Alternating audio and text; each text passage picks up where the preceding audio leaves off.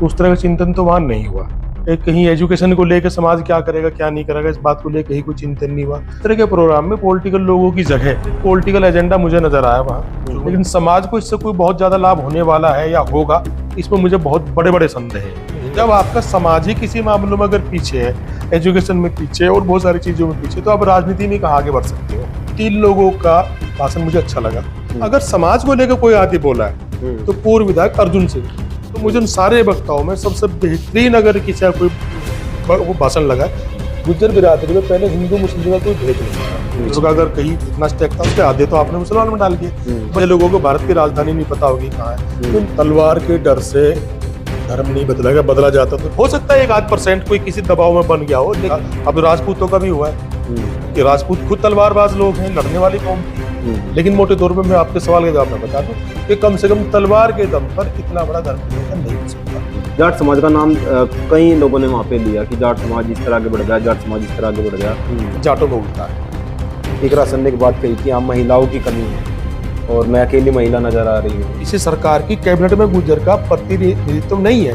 फिलहाल हमारी बिरादरी राजनीतिक तौर पर हवा का उड़ता हुआ झोंका है और ये बहुत ही विचारणीय सवाल है कि हम किसी भी देश की प्रदेश की राजनीति में एक निर्णायक स्थिति में अपनी पार्टी के एजेंडे से बाहर नहीं जा सकते। अच्छा, आपको कौन नजर आता है फिलहाल के टाइम में जो गुर्जर समाज की राजनीति को मजबूत कर सकता है? राजकुमार भाटी जी।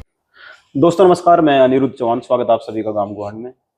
10 तारीख में सहारनपुर में गुर्जर संसद बुलाई गई, सामाजिक चिंतन किए गए और मंच पर ज्यादातर राजनीतिक लोग थे। सामाजिक चिंतन किस तरीके से हुआ, समाज की कौन सी दिशा की बात हुई, शिक्षा को लेकर क्या वार्तालाप वहां पर हुआ, शिक्षा को लेकर क्या चिंतन वहां पर हुआ, समाज में जिस तरीके से नशाखोरी बढ़ रही है उसको लेकर वहां पर क्या वार्तालाप हुआ, समाज को आगे बढ़ने के लिए हर क्षेत्र में, चाहे वो राजनीतिक क्षेत्र हो, चाहे वो आर्थिक क्षेत्र हो, चाहे वो शिक्षा का क्षेत्र हो, हर क्षेत्र में अलग अलग जो प्रतिभाएं हैं हमारी निकल कर आती हैं, उनको क्या सम्मान मिलना चाहिए और अन्य जो लोग हैं वो कैसे आगे बढ़ सकते हैं, इस पर किस तरह का वार्तालाप वहां पर हुआ, किस तरह का चिंतन वहां पर हुआ, वो जानने के लिए हम आज गंगो में आए हैं। हमारे साथ बात करने के लिए लोकेश लालपुरी जी हैं। आप इनको अच्छे से जानते हैं, सामाजिक चिंतक हैं, राजनीति पर विश्लेषण करते हैं, समय समय पर अपनी आवाज को दूर तक भेजने के लिए उन्हीं शब्दों को जिनको आप डायरेक्ट इनडायरेक्ट कहते हैं दूर तक भेज देते हैं और सारे काम एक लय में कर देते हैं। आपका बहुत बहुत स्वागत है जी। बहुत बहुत धन्यवाद अनिरुद्ध भाई आपका। आपने बहुत सारी वीडियो कल देखी होंगी, उसमें अतुल प्रधान जी की वीडियो आपने देखी होगी, इकरा सन जी की वीडियो आपने देखी होगी, विधायक अर्जुन सिंह जी की वीडियो आपने देखी होगी, मनोज चौधरी जी, रुद्र सेन जी, जो भी तमाम राजनीतिक लोग वहां पर आए हुए थे, आपने सभी को देखा होगा। आपकी समझ में क्या आया, किस तरह का चिंतन वहां पर होना था और किस तरह का चिंतन वहां पर हुआ? जिस तरह का चिंतन होना चाहिए था, एक किसी भी बिरादरी के अगर इस तरह का प्रोग्राम करते हो आप और उसमें बहुत सारे एजेंडे रखते हो, एजुकेशन रखते हो, उद्योग रखते हो, बहुत सारी चीज रखते हो, तो उस तरह का चिंतन तो वहां नहीं हुआ। पॉलिटिकल लोग थे, सारे लोग आए, चूंकि प्रैक्टिस में होते हैं, भाषण देने की कला उनके पास होती है, आए अपनी अपनी बात कही और उनका एजेंडा पूरा हो गया। लेकिन समाज को उससे कुछ मिला या नहीं मिला मुझे तो नहीं लगता, क्योंकि कोई भी कहीं एजुकेशन को लेकर समाज क्या करेगा क्या नहीं करेगा इस बात को लेकर ही कोई चिंतन नहीं हुआ। दूसरी बात, इस तरह के प्रोग्राम में पॉलिटिकल लोगों की जगह समाज के और बहुत से लोग होने चाहिए, शिक्षाविद होने चाहिए थे, या कोई हमारी बिरादरी को उद्यमी बहुत ऐसा नहीं है, उद्योग क्षेत्र में हमारे लोग आगे हैं, बहुत स्पोर्ट्स में भी हैं, अलग अलग क्षेत्र में हमारे समाज के बहुत सारे लोग मौजूद है, युवा बहुत मौजूद है, तो उनके बीच में कुछ बात होनी चाहिए। तो वो बताते हैं अपने अनुभव कि हम समाज को कैसे आगे लेके चल सकते हैं, क्या कुछ होना चाहिए। ऐसा कुछ भी नहीं था, सिर्फ एक पॉलिटिकल एजेंडा मुझे नजर आया वहां, जो मैंने सबकी वीडियो देखी है। अब पॉलिटिकल एजेंडा किसका कितना सधा कितना नहीं सधा ये तो चुनाव बताते हैं, उनका तो रिजल्ट एक ही चुनाव ही होता है। लेकिन समाज को इससे कोई बहुत ज्यादा लाभ होने वाला है या होगा, इसमें मुझे बहुत बड़े बड़े संदेह है। मुझे नहीं लगता ऐसा कुछ लाभ किसी को मिलेगा। अच्छा, आपको लगता है किस तरह का चिंतन होना चाहिए था? जैसे आप शिक्षाविद की बात कर रहे थे, अगर शिक्षाविद आ भी जाते, लगभग 3 से 4 घंटे का प्रोग्राम था, आप कह रहे हैं उद्यमी क्षेत्र में भी हमारे बहुत सारे लोग हैं, वो भी बोलते, और जो अदर लोग हैं चाहे स्पोर्ट के क्षेत्र के हों या अन्य जो क्षेत्र हैं, चाहे वो सांस्कृतिक क्षेत्र हो, चाहे वो संगीत का क्षेत्र हो, चाहे वो अन्य अन्य क्षेत्रों के लोग, अगर वो आते तो कितनी देर बोल सकते थे, क्योंकि हमारे यहाँ मोटिवेशनल स्पीकर भी हैं, वो भी बहुत अच्छी अच्छी बातें रख सकते थे। तो ऐसा क्या लगता है आपको कि ये बोलते तो इतनी देर में समाज ये चीजें देखो, एक्सेप्ट कर लेता। पहली बात, जब समाज के इस तरह कोई कार्यक्रम होते हैं तो वो कोई एक दिन का प्रोग्राम नहीं होता, वो कम से कम 2 दिवसीय प्रोग्राम होते हैं, उसमें सेशन होते हैं। हम कई प्रोग्राम में हम भी शामिल हुए हैं। हमारे शेषराज पवार जी हैं, वो बहुत इस तरह के कार्यक्रम करते रहे हैं। पानीपत भी हुए, राजस्थान में भी हुए, बहुत जगह तो हम भी शामिल हुए हैं। बलबीर सिंह तोमर हमारे साथ जाते हैं, वो बहुत लोग शामिल हुए। तो इस तरह के कार्यक्रम जब होते हैं तो अलग अलग सेशन है। उसमें कोई अगर एजुकेशन के क्षेत्र का आदमी तो वो अपने विचार रखेगा, बताएगा, अपने संघर्ष बताएगा, या क्या हम कर सकते हैं, कैसे अपने युवाओं को एजुकेशन को लेकर आगे बढ़ा सकते हैं। कोई स्पोर्ट्स का आदमी वो बताएगा। अलग अलग फील्ड के विशेषज्ञ लोग होते हैं जो अपने आप को प्रूव कर चुके हैं समाज में, तो वो लोग अपने अनुभव बताते हैं। जब वो अपने अनुभव बताते हैं, जो श्रोता होते हैं, जो अलग क्षेत्र से आते हैं, तो उनके ऊपर उसका इम्पैक्ट जाता है, वो समझते हैं उनसे। बल्कि प्रोग्राम के बाद भी फिर निजी बातचीत में बहुत सारी चीज पूछी जाती है, तो उसका कोई इम्पैक्ट जाता है ऐसे कार्यक्रम का। अब इसमें तो केवल पॉलिटिकल प्रोग्राम था सहारनपुर, एक तरीके से देखे तो, चूंकि केवल राजनीति के अलग अलग क्षेत्र के, कुछ हारे हुए कुछ जीते हुए, जो सक्रिय लोग हैं राजनीति में फिलहाल अलग अलग पार्टियों के, वो सब वहां मौजूद थे। तो उनसे आप किस चीज की जानकारी ले सकते थे, बताइए, केवल राजनीति की? जब आपका समाज ही किसी मामलों में अगर पीछे है, एजुकेशन में पीछे और बहुत सारी चीजों में पीछे, तो आप राजनीति में कहाँ आगे बढ़ सकते हो? समाज सॉलिड होगा, मजबूत होगा, बेस सॉलिड होगा, तो आज पॉलिटिक्स में भी आपके बेहतर लोग निकल के सामने आएंगे, उसका रिजल्ट कुछ और आएगा। तो मेरे हिसाब से कार्यक्रम एक तरीके से पॉलिटिकल था। अब इसको, चूंकि सारी पॉलिटिकल पार्टी के लोग वहां बैठे हुए थे, तो इससे किस चीज का, किसके हित सधे, किसके नहीं सधे, समाज को क्या लाभ हुआ, ये मैं इस पे और क्या टिप्पणी करूं। मेरे हिसाब से एक तरीके से ये केवल पॉलिटिकल एजेंडे का लचर प्रोग्राम था, इससे ज्यादा कुछ भी नहीं था। अच्छा, मैं सुबह आपकी पोस्ट देख रहा था, आपने एक जो पूर्व विधायक हैं अर्जुन सिंह जी, उनके बारे में लिख रखा था। क्या दिमाग में आया, कौन सी वीडियो आपको लगी? देखो, मैंने सबके भाषण सुने, हर लोग, मैं जब अगर पॉलिटिकल नजर से देखूं तो 3 लोगों का भाषण मुझे अच्छा लगा, जो कम से कम बड़े क्लियर शब्दों में अच्छे वक्ता की से आए। अतुल प्रधान, और आपके इकरासन, और एक और वो थे हमारे पॉलिटिकल आदमी थे, उसमें नाम भूल के बताता हूँ आपको। इन लोगों का भाषण अच्छा लगा पॉलिटिकल नजरिए से, जो सदैव अंदाजे बात की, बात उनकी पॉलिटिकल ही थी, लेकिन वो सदैव अंदाजे बात कर गए अपनी। इसके अलावा अगर समाज को लेकर कोई आदमी बोला है तो पूर्व विधायक अर्जुन सिंह बोले। उन्होंने बेसिक पॉइंट उठाए समाज के, एजुकेशन को लेकर उन्होंने कहा कि आप बात पिछली करते हैं, आप कम से कम प्राइमरी तक तो पहुंचने की कोशिश करो। एक संख्या प्रतीकात्मक बात थी उनकी, चूंकि उनकी शब्दावली बड़ी चुटीली है, तो वो उनके सुनने में आनंद भी आता है, और वो बात जमीनी स्तर की करते हैं। तो मुझे उन सारे वक्ताओं में सबसे बेहतरीन अगर किसी का कोई वो भाषण लगा तो अर्जुन सिंह का लगा। तो क्या क्या कहा उन्होंने? और क्योंकि उन्होंने नशे को लेकर भी बातें रखी, शादियां हो रही हैं, शादियों में ब्रेकअप हो रहे हैं, और फिर डिवोर्स तक बातें जा रही हैं। उन्होंने बहुत चीजें कही। उन्होंने ये भी कहा कि भाई आपस में पहले लोग कैसे बैठते थे, कैसे समझना चाहिए, बुजुर्गों के बीच में कैसे बात होती है, और ये जो आजकल शादी ब्याह के मैटर चल रहे हैं, तलाक की, इसके ऊपर बोले हैं। एजुकेशन में लेके बोले, लगभग हर मुद्दा ने हल्का हल्का, चूंकि समय कम था सबके पास, वो हालांकि बड़ी लंबी चौड़ी बातचीत का मुद्दा था, वो उसमें पूरा सेशन होना चाहिए था इन मुद्दों के ऊपर, लेकिन वो जितना बोले, जितना उनको समय दिया है, उस हिसाब से बिल्कुल बहुत ही कम शब्दों में, चुटेले शब्दों में अपनी बात पूरी करके वो चले। सबसे प्रभावशाली अगर कोई बोले तो वो बोले, जिसकी मतलब ऐसे प्रोग्राम में जिस चीज की जरूरत थी वो अर्जुन सिंह ने पकड़ी थी वो चीज, तो मुझे उनका भाषण बहुत अच्छा। अच्छा, ये जो शब्द मैंने उसके पढ़े हैं कि सामाजिक चिंतन, उन्होंने जो पूर्व विधायक है अर्जुन सिंह जी, उन्होंने डिवोर्स की बात रखी कि सबसे ज्यादा डिवोर्स आज हमारे समाज में हो रहे हैं। उसका एक कारण ये कि हमारे जो युवा हैं वो बुजुर्गों के पास नहीं बैठते। पहले ऐसी कौन सी बातें बुजुर्ग करते थे कि आज नहीं हो रही हैं, जिसके कारण डिवोर्स हो रहे हैं? देखो, पहले चौपाले होते थे हमारे यहाँ। चौपाल में जब बच्चे बुजुर्गों के बीच में बैठते थे, पहले हमारे को हुक्का कल्चर होती थी, तो वो हुक्का भरना सीखते थे। वो खाली एक तरीके से पाठशाला थी स्टार्टिंग की, समाज में किसका सम्मान करना, बुजुर्गों का सम्मान कैसे करना, जो उनका अनुभव थे आपस में बोलते थे, बच्चे बैठ के सुनते थे, तो वहां से एक सिस्टम चलता था। वो चीज अब खत्म है। जब हम ये देखते हैं कि भाई परिवार में बुजुर्गों की, एक परिवार का जो मुखिया है उसकी अहमियत क्या है, एक तरीके से बड़ा बुजुर्ग हो गया, उसका सम्मान जब पहले होता था अब वो थोड़ा कम हो गया। तो इस तरह की चीजें जो उनका अनुभव था अर्जुन सिंह का, कि समाज में आजकल कमी किस चीज की, वो उसे छूना चाह रहे थे, और सफलतापूर्वक उन्होंने बात कही है अपनी। इसका इम्पैक्ट जाना चाहिए, और मैं समझता हूँ ऐसे इन मुद्दों को लेकर और भी बहुत सारे कार्यक्रम होने चाहिए। कल मैं इंटरव्यू कर रहा था, और मैंने वहीं पे इंटरव्यू भी किए हैं, जो सामाजिक लोग आए हुए थे, युवा आए हुए थे, तो उसमें नशे को लेकर मैंने जब सवाल किया तो उन्होंने कहा नशा बेचने वाले कौन है?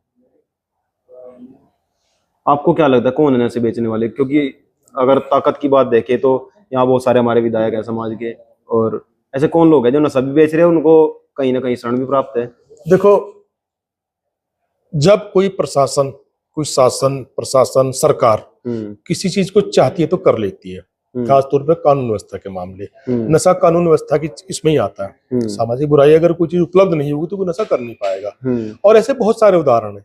कल्याण सिंह की सरकार यूपी में रही थी, वो एक डीजीपी को लेके आए थे और अगले महीने भर के अंदर यूपी का बिल्कुल एकदम भयमुक्त हो गया था। मायावती का शासन जितनी 3-4 बार रहा है, कोई क्राइम वगैरह नहीं था।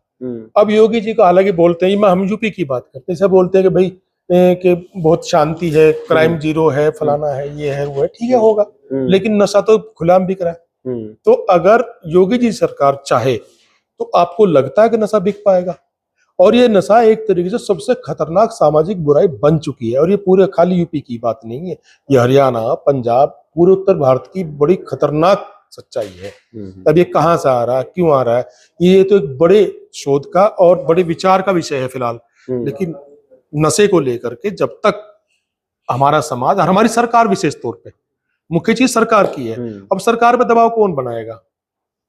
लोकल प्रतिनिधि, जी। हमारे जिन्हें हम चुन के भेजते हैं। अगर हम विधायक को चुन के भेज रहे हैं तो हम उनसे कहेंगे भाई नशा हो रहा, सरकार से कैसे रुकवाए? पुलिस के जरिए रुकवाएंगे। तो वो इन चीजों पर बहस होनी चाहिए थी। ये सारे मुद्दे थे जिससे समाज पीछे हट रहा है, उस हर मुद्दे पे बात होनी चाहिए थी, खाली पॉलिटिकल बात नहीं होनी चाहिए थी। अच्छा, अतुल प्रधान जी का आपने नाम लिया, उनके भाषण में आपको क्या दिखाई दिया अलग? नहीं, अलग तो कुछ भी नहीं था, लेकिन ये उन्होंने संघर्ष वगैरह बताए, वो एक तरफ फुलों में बढ़िया बोले और कोई ऐसी चीज नहीं थी किसी को हट करती, और अपनी पार्टी की उस पर भी थे, लाइन पे लगे हुए थे, और समाज को, बिरादरी को लेकर बिल्कुल ठीक ठाक उनका भाषण था। अच्छी, मतलब क्या बोलते हैं कि वक्ता अच्छे थे, बढ़िया बोले। 2007 के गुर्जर आरक्षण आंदोलन की उन्होंने बात की। आपको लगता है उस समय की जरूरत के अनुसार, क्योंकि जो सामाजिक चिंतन था उसकी जरूरत पड़ेगी समाज को, कि इस तरीके से इकट्ठे हो सकते हैं? देखो, जब जो पुरानी चीजें हो चुकी हैं, जिन पर समाज में काम हुआ हो या कोई बड़े मूवमेंट चले हों, तो उनसे सीख लेकर कुछ नई चीजों को तो खड़ा किया जा सकता है। इसको भी लेके चल सकते हैं। राजनीतिक रूप से कैसे मजबूत हो सकते हैं? राजनीतिक रूप से पहले तो समाज मजबूत, मतलब अगर हम बिरादरी की बात करते हैं तो समाज मजबूत होगा तो राजनीति भी मजबूत होगी। फिलहाल तो समाज ही विघटन के तौर पर खड़ा हुआ है फिलहाल। एक पहली चीज, जैसे गुज्जर बिरादरी थी, गुज्जर बिरादरी में पहले हिंदू मुस्लिम का कोई भेद नहीं था। पिछली सरकारों में, पिछली पार्टी में कोई भेद नहीं था। Gujjar means Gujjar, no Hindu no Muslim. तो हिंदू मुस्लिम गुज्जर को कुछ नहीं, केवल गुज्जर थे। अब पिछले 10-12 साल से बड़ी चालाकी के साथ हमारा आधा हिस्सा ने मुस्लिम गुज्जर को मुस्लिम की कैटेगरी में डाल दिया एक तरीके से। अगर मुस्लिम गुज्जर होता कि नहीं तो मुस्लिम है, आमतौर पर कहीं वोटों की गिनती जब करते हैं अपने हिसाब से, तो कहते हैं अच्छा तो मुसलमान है, तो अलग सिस्टम हो गया। पहला तो हम आधी ताकत तुम्हारी वहीं रह गई। गुज्जर का अगर कहीं जितना स्टेक था उसके आधे तो आपने मुसलमान में डाल दिए, बचे कौन? हिंदू गुज्जर। तब हिंदू गुज्जर अकेले जब पावर वैसी कम होगी उसके बाद की सुनवाई नहीं है। फिर समाज में बहुत सारी और विरूपताएं हैं, बहुत सारे विघटन है। और जैसे कि आजकल बात चलती है कि सरकार में गुजरों की वैल्यू नहीं है। भाई जब आपकी पावर ही आधी रहेगी तो वैल्यू कहाँ होगी? अच्छा, कल जो प्रोग्राम हुआ उसमें मुस्लिम गुर्जर आए? हाँ, मुस्लिम गुज्जर, मैं वहां तो मौजूद नहीं था, लेकिन हाँ एक राशन वहां मौजूद थी, तो सब मुस्लिम गुज्जर भी जरूर आए होंगे। चूंकि मैं वहाँ प्रोग्राम में नहीं था, मैंने सारी वीडियो देखी। एक राशन जी का आपने नाम लिया, बहुत विरोध हुआ उनका, अगर यहाँ आएंगी वो तो मुस्लिम है, वो तो संसद में भी कह चुकी है मैं मुस्लिम हूँ। उन्होंने तो गुर्जर का नाम नहीं लिया, विरोध भी उन्होंने झेलना पड़ा। क्या लगा आपको कि उनको आना चाहिए था, नहीं आना चाहिए? भाई ऐसा विरोध किसने, किसी जिम्मेदार आदमी ने कोई विरोध किया नहीं है। ये तो आमतौर पर सबके हाथ में मोबाइल है, जिसे पता नहीं, जो कभी स्कूल का मूड देखा वो बात करने लगता है, जिसे नहीं पता संसद भवन की प्रक्रिया क्या है, विधानसभा हमारी कहाँ है। इन जो व्हाट्सएप पे लिखते हैं ना, आप सर्वेक्षण कर लो, आधे लोगों को भारत की राजधानी नहीं पता होगी कहाँ है, तो इनकी बात पे क्या जवाब देना? ये तो वाहियात चीज चल रही है। सोशल मीडिया सब खुला प्लेटफॉर्म है, इस पर लोग बकवास करते रहते हैं, अपने अंदर की जितनी भड़ास वो निकालते हैं। इस पर तो विचार भी नहीं करना चाहिए। वो वहां आई, सम्मान के साथ आई, बोली, ये सच है। अच्छा, मैं देखता हूँ कि जो आजकल बार बार सर्टिफिकेट जो बांटा जाता है कि तलवार के डर से सलवार पहन ली, और ये लोग डरे हुए लोग थे, मुगलों के टाइम पे डर गए थे, इसलिए ये हो गया। कल से भी 2-3 वीडियो पे भी वंडर हो रहा है कि मैंने एक इंटरव्यू किया था वकील साहब का, उस पर भी बहुत ज्यादा बातें की जा रही है कि लोग इधर से, क्योंकि इधर गंदगी थी, छोड़कर इधर आ गए, उस पर भी बहुत कटाक्ष हो रहे हैं। आप क्या कहना चाहेंगे इसके बारे में? देखो, तलवार के डर से धर्म नहीं बदलेगा, बदला जाता तो समाज को उस वक्त की जो सबसे कमजोर जातियां थी वो सबसे ज्यादा धर्म चेंज करती है, ऐसा नहीं है। और फिर ये सब्जेक्ट बहुत बड़ी बहस का विषय है। सच बात यह है कि एक बड़ी डिबेट का विषय है जहां प्रूव हो जाएगा कि धर्म परिवर्तन क्यों हुआ है। तो जो इस तरह की बात करते हैं उन्हें शायद जानकारी नहीं है, इसलिए इस विषय में बहुत ज्यादा बोलने की जरूरत ही नहीं है। एक लाइन में कह सकता हूँ, हो सकता है 1-8% कोई किसी दबाव में बन गया हो, लेकिन इतना बड़ा लेवल में धर्म परिवर्तन तलवार के बल पर नहीं हो सकता। अगर होता तो वैश्य समाज का होता, वो जिसे हम बहुत डरपोक समाज मानते हैं आमतौर पर, भाई वो किसी लड़ाई झगड़ा नहीं करते, वो क्षत्रिय समाज का। अब राजपूतों का भी हुआ है कि राजपूत खुद तलवारबाज लोग हैं, लड़ने वाली कौम थी, तो क्या उनको दबा सकता था? नहीं है। दलितों का नहीं हुआ बहुत ज्यादा, तो तलवार के दम पे तो नहीं हुआ। और किन वजह से हुआ, बहुत सारी चीजें हैं उसमें, वो एक बड़ी बहस का विषय है। लेकिन मोटे तौर पे मैं आपके सवाल के जवाब में बता दूं कि कम से कम तलवार के दम पर इतना बड़ा धर्म परिवर्तन नहीं हो सकता था। और किसकी बात को आप मानते हैं कि इन बातों से समाज आगे बढ़ सकता है? बता रहे, एजुकेशन मेन चीज है। जब तक आप एजुकेशन पे पूरी तरह फोकस नहीं करेंगे, एजुकेशन भी अलग अलग सिस्टम, यानी आपका बिजनेस वाली, जिससे कि आप एजुकेशन तरफ से आप नौकरी की तरफ जाएं, या कुछ सब्जेक्ट ऐसे होते हैं जहां आप समाज की और चीजों की तरफ जाएं। जैसे IAS के लिए होता है कि भाई बहुत सारे अलग अलग सब्जेक्ट हैं, पढ़ते हैं, इतिहास वाले, हर तरह की सब्जेक्ट की एजुकेशन की जब तरफ हमारे बीच में हमारे युवा आगे नहीं बढ़ेंगे तब तक समाज का बहुत बढ़िया भला। और हमारे समाज का क्या, किसी भी समाज के लिए एजुकेशन और सामाजिक सिस्टम हमारा, ये दो चीज मजबूत होनी बहुत जरूरी है। सामाजिक सिस्टम में बहुत सारी चीज आती हैं, हमारे बुजुर्ग, हमारी पंचायतें, हमारे चौधरी, उनकी कितनी वैल्यू है, उनका कितना समाज में सिस्टम है, हमारे नए युवा उनका कितना सम्मान करते हैं, ये बहुत सारी चीजें आती है। जब तक इन चीजों को मजबूत नहीं करें तब तक कोई भी समाज, वो गुज्जर हो, जाट हो, ब्राह्मण हो, कोई भी हो, जब तक वो बिरादरी आगे बढ़ नहीं सकती। जाट समाज का नाम कई लोगों ने वहां पे लिया कि जाट समाज इस तरह आगे बढ़ गया, जाट समाज इस तरह आगे बढ़ गया। आप क्या कहना चाहेंगे, क्या गुर्जर समाज को जाटों से सीख लेने की किस तरह की जरूरत है?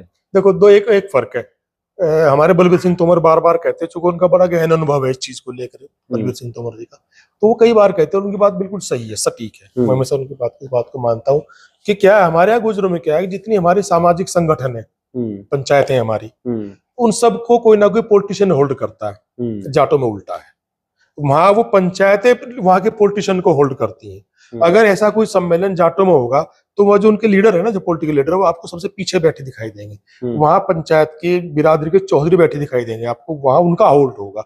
हमारे यहाँ उल्टा है, तो ये चीज हमें जाटों से सीखनी चाहिए। यानी कि अगर जाटों की पंचायत होती तो 84 खाप के चौधरी, बटार खाप के चौधरी, कलसाण खाप के चौधरी, चौकर खाप के चौधरी प्रथम लाइन में होते, वो होते प्रथम लाइन में, वो समाज की आगे बात करते, वो चिंतन की आगे बात, पॉलिटिशियन पीछे बैठे होते, और पॉलिटिशियन उन लोगों से आदेश लेते हुए होते कि हमें क्या करना है। ये चीज हमारे बिरादरी में जब आएगी, इस तरह का एक मूवमेंट चलेगा, तो कोई शक ही नहीं कि गुजर बिरादरी आगे नहीं बढ़ेगी।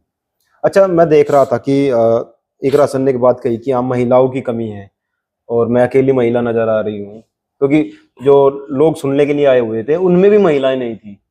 तो आपको नहीं लगता कहीं ना कहीं महिलाओं को ये शोषण है, महिलाओं को ये आजादी नहीं है? बिल्कुल मुझे नहीं लगता, लेकिन चूंकि प्रोग्राम पॉलिटिकल था, पॉलिटिक्स में हमारी महिला थोड़ी कम है, तो वहां उनकी संख्या कम थी। नहीं तो हमने जितने प्रोग्राम इस तरह की बिरादरी किए, चाहे वो राजस्थान में किए, पानीपत में किए, करनाल में किए, सहारनपुर में किए, हर जगह महिला की उपस्थिति बहुत ठीक ठाक रही है। ऐसा नहीं कि लेकिन वो पॉलिटिकल प्रोग्राम में नहीं आएंगे ना। बाकी अगर आप एजुकेशन को लेकर करोगे, स्पोर्ट्स को लेकर करोगे, तो आएंगे महिला, लड़के आएंगे। जिस तरीके से नाम दिया गया है कि गुर्जर संसद सामाजिक चिंतन, उसको देखकर तो आ सकती थी महिलाएं, या इनवाइट नहीं किया गया?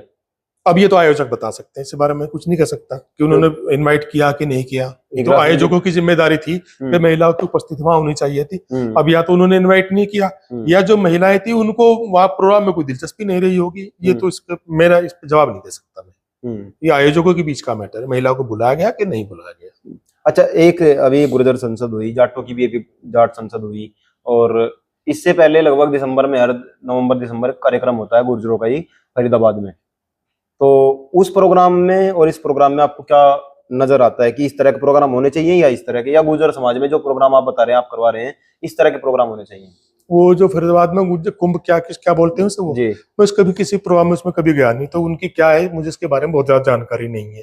कल्चरल टाइप का प्रोग्राम होता है वो, तो वो एक अलग चीज है, कल्चर कार्यक्रम होना चाहिए। लेकिन गुजरों की इस तरह के सेमिनार जरूर होने चाहिए, ऐसा नहीं है आप पॉलिटिकल करें कि प्योर पॉलिटिकल करें, फिर आप उसमें फिर इस तरह के मंच पे ना बिठाएं, फिर आप सबके बीच में बैठे पॉलिटिशियन लोग आके वो बताएं दिल खोल के, वहां कोई कैमरा रिकॉर्डिंग नहीं होनी चाहिए। फिर और या फिर दूसरे अगर बिरादरी के दूसरे प्रोग्राम हो तो वो अलग सिस्टम है। कल्चर प्रोग्राम, सांस्कृतिक कार्यक्रम एक अलग चीज है जो वहां होता है। ये अलग अलग विधाएं हैं, होने चाहिए सब तरह के, पॉलिटिकल भी होने चाहिए, वो भी होने चाहिए, लेकिन समाज के उत्थान के विचार के लिए, यानी जो मूल चीजें हैं, बेसिक जो कमजोरियां हैं, उनको चिन्हित करें, उन पर बहस करें और कोई निर्णय लें कि इनसे कैसे बचें, क्या हम कर सकते हैं। ये प्रोग्राम भी होने चाहिए, ये ज्यादा जरूरी है। अच्छा, राजनीति में क्योंकि ये प्रोग्राम आप बता रहे हैं राजनीतिक प्रोग्राम हो गया पूरा, तो आज राजनीति में आप गुर्जर समाज को कहाँ देखते हैं, कहाँ खड़ा हुआ है? कहीं भी नहीं खड़ा हुआ है। आप बताइए कहाँ खड़ा हुआ है? आप उत्तर प्रदेश की बात कर रहे हैं, पावर कहाँ होती है? एक जब सरकार बनती है उसमें मंत्रिमंडल होता है, विधायक तो 400 कुछ है हमारे यहाँ पे, जिसमें हमारी बिरादरी के 8, 10, 11 जितने होंगे, जनसंख्या फिलहाल याद नहीं है, लेकिन पावर कहाँ होती है? कैबिनेट में होती है, मंत्री परिषद में नहीं, कैबिनेट में होती है। क्योंकि कैबिनेट ही कोई भी प्रस्ताव को पॉलिसी बनेगी पहले कैबिनेट में स्वीकृत होती है, उसके बाद वो आगे इम्प्लीमेशन के लिए जाएगी। कैबिनेट में हमारा कोई प्रतिनिधित्व है? यूपी सरकार में जीरो। आप आओ केंद्र सरकार में, ये कि सिस्टम वहां भी है डेमोक्रेसी का, जो शासकीय ढांचा होता है, वहां कैबिनेट में हमारा कोई आदमी है क्या? तो जब हम कैबिनेट में नहीं है, किसी सरकार की कैबिनेट में गुर्जर का प्रतिनिधित्व नहीं है, तो फिर आप कहाँ है राजनीति में? कहाँ आपकी पावर है? आप तो यही बस हवा के झोंके हैं ना उड़ते हुए। फिलहाल हमारी बिरादरी राजनीतिक तौर पर हवा का उड़ता हुआ झोंका है, इसके अलावा कुछ नहीं। ये समझ ले कि झोंके में कोई पत्ता टूट गया, वो हवा में उड़ रहा है, बस इसके अलावा कुछ नहीं है। और ये बहुत ही विचारणीय सवाल है कि हम किसी भी देश की, प्रदेश की राजनीति में एक निर्णायक स्थिति में कैसे आ सकते हैं। उसके लिए चिंतन शिविर होने चाहिए, वो समाज के प्रबुद्ध लोग करेंगे, पॉलिटिशियन लोग नहीं कर पाएंगे, क्योंकि पॉलिटिशियन लोग अपनी पार्टी के एजेंडे से बाहर नहीं जा सकते। अच्छा, आपको कौन नजर आता है फिलहाल के टाइम में जो गुर्जर समाज की राजनीति को मजबूत कर सकता है?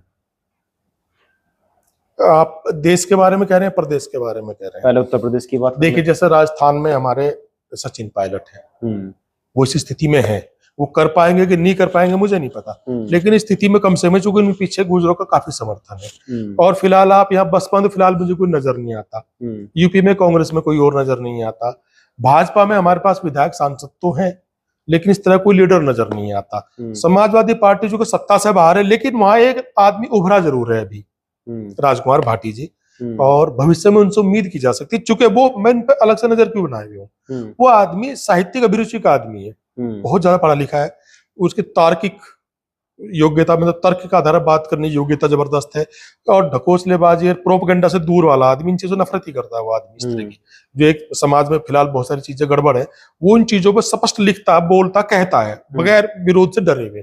तो ऐसा आदमी धीरे धीरे मुझे लगता है शायद वो एक वैक्यूम जो फिलहाल बना हुआ है उसे भर पाए, मैं थोड़ा सा उनसे उम्मीद रखे हुए। चलो, बहुत बहुत धन्यवाद आपका। और अब हम कोशिश करेंगे और भी जो हमारे समाज के चिंतक लोग हैं उनसे बात करने की, कि वो इसके ऊपर क्या सोच रहे हैं, क्या रणनीति बनाई जानी चाहिए, किन रणनीतियों से समाज आगे बढ़ पाएगा। शिक्षा के जो क्षेत्र में हमारे लोग हैं उनसे बात करने की कोशिश करेंगे, जो खेल के क्षेत्र में हैं, चिकित्सा वाले क्षेत्र में हैं, अलग अलग क्षेत्रों में जो लोग हमारे हैं उनसे बात करेंगे कि हम किस तरीके से अपने समाज को आगे बढ़ा सकते हैं, और जो देश में और हमारे खासकर हमारे प्रदेश में एक दूसरे के प्रति खाई खोदी गई है उसको कैसे भरा जा सकता है, संविधान के जो मूल्य हैं हम उनको कैसे स्थापित कर सकते हैं। अलग अलग लोगों से बात करने की कोशिश करेंगे। आप जुड़ रहे हैं गांव गुहांड के साथ। जय हिंद, जय भारत।